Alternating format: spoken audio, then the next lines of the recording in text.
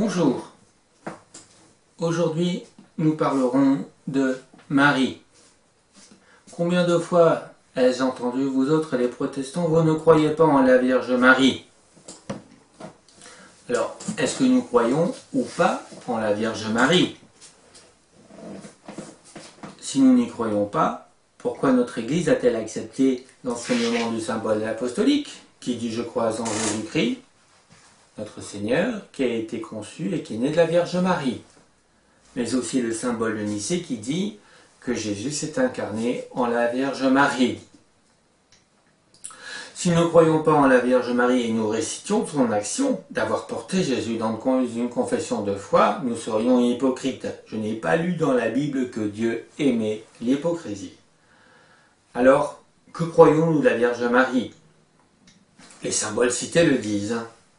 Mais après, nous croyons, comme la Bible le dit, que Jésus a eu des frères et des sœurs.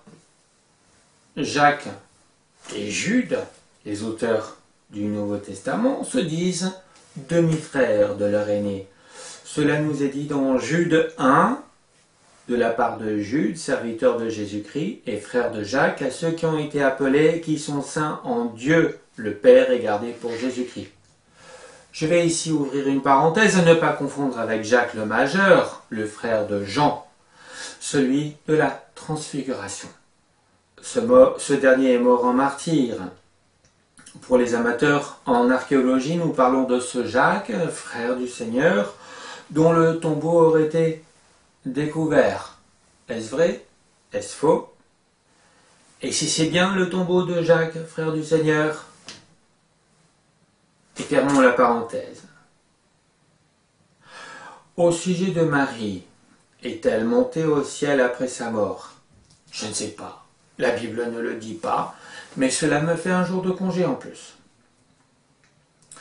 Marie est-elle l'intermédiaire entre Jésus et les hommes? Que dit-elle à son propre sujet? Voici un extrait du Magnificat. Mon âme célèbre la grandeur du Seigneur et mon esprit se réjouit en Dieu mon Sauveur parce qu'il a porté le regard sur son humble servante. En effet, voici désormais toutes les générations me diront heureuse parce que le Tout-Puissant a fait de moi, a fait de grandes choses pour moi. Elle dit Dieu son Sauveur en parlant de Jésus. De toute évidence, Marie avait elle aussi besoin d'un sauveur puisqu'elle reconnaît Dieu comme sauveur. Par la suite, elle a pris Jésus pour fou. Et dans le contexte, Jésus se disait Dieu, croyez en moi. Et Marie ne le croyait pas et voulait le chercher avec ses autres enfants. On a enfermé les gens pour moins que cela. Deux textes dont Matthieu le confirme. 12, 46. Jésus parlait encore à la foule. Sa mère et ses frères qui étaient dehors cherchaient à lui parler. Mais aussi, Matthieu 13, 55, il est dit, n'est-il pas le fils du charpentier, n'est-ce pas Marie qui est sa mère, Jacques, Joseph, Jude et Simon ne sont-ils pas ses frères? Et ses sœurs ne sont-elles pas toutes parmi nous? Oui, il s'agit du même Jacques et de Jude, lesquels non plus ne croyaient pas en leur demi-frère. Mettez les guillemets qu'il faut. Il faut dire que peu de personnes se disent Dieu. Comme Marie ne croyait pas en Jésus son Sauveur durant sa vie terrestre, on peut difficilement affirmer qu'elle est intermédiaire actuellement entre Dieu et les hommes. Marie croyait-elle en Jésus lorsqu'il est mort? Permettez-moi de penser que non. Jusqu'à sa mort, qu'avait fait Jésus? Des miracles inouïs, jusqu'à multiplier des pains et des poissons, ressusciter des morts. Elle a vu tout cela et n'a pas cru. Sur la croix, Jésus a voulu que Jean, son disciple, veille sur sa mère. Mais croyait-elle en lui? Pour moi, non.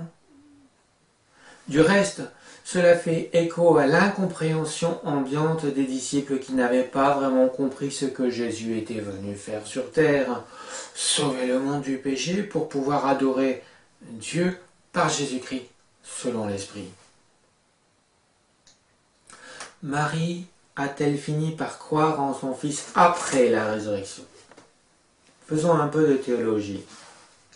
Grâce à l'incarnation, Jésus a été préservé du péché. Or, le péché, le salaire du péché, c'est la mort. Si Jésus est ressuscité, c'est qu'il était sans péché. Or, il ne pouvait que ressusciter. Pour l'instant, nous nous arrêtons et orientons le message sur Marie. Pour la suite de cette affirmation, je vous renvoie au spot de la prédication de Pâques sur la résurrection de Jésus, le 6 et le mai de Pâques. Marie, après la résurrection, a cru et a donc accepté que Jésus devait mourir pour elle. L'une des preuves de cette affirmation est que Marie a été l'un des piliers de l'église de Jérusalem. Quant à Luc, l'auteur de l'évangile, de son nom, Luc, il est l'auteur, il raconte la nativité. Permettez-moi de penser qu'il a appris de Marie lorsque Paul était emprisonné. Nous sommes en l'an 57. Luc dit dans son évangile: plusieurs ont entrepris de composer un récit des événements qui se sont accomplis par nous, d'après ce que nous ont transmis ceux qui ont été des témoins oculaires dès le commencement et qui sont devenus des serviteurs de la parole. Il m'a paru bon à moi aussi, qui me suis soigneusement informé sur toutes ces choses dès l'origine, de te les exposer par écrit d'une manière suivie, accidentée au fil, afin que tu reconnaisses la certitude des enseignements que tu as reçus. Donc il n'est pas exclu que Luc ait fait des recherches auprès de Marie, témoin oculaire de la nativité. Mais le fait de croire en Jésus qui a porté mais le fait de croire en Marie qui a porté Jésus ne fait pas encore d'elle une aide pour aller au ciel. Nul ne vient au Père que par moi, dit Jésus. Donc on peut aller à Jésus sans une petite aide de sa mère. Croyons-nous alors, pour répondre à la question du début, en la Vierge Marie?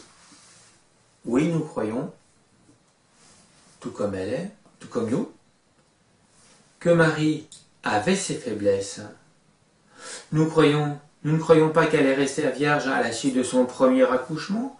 Nous croyons qu'elle a eu des enfants avec Joseph. Nous croyons que Jean l'a prise avec lui après la mort de son aîné. Nous croyons aussi que lorsqu'elle a accouché de son premier bébé, tout comme le bébé, Jésus-Christ.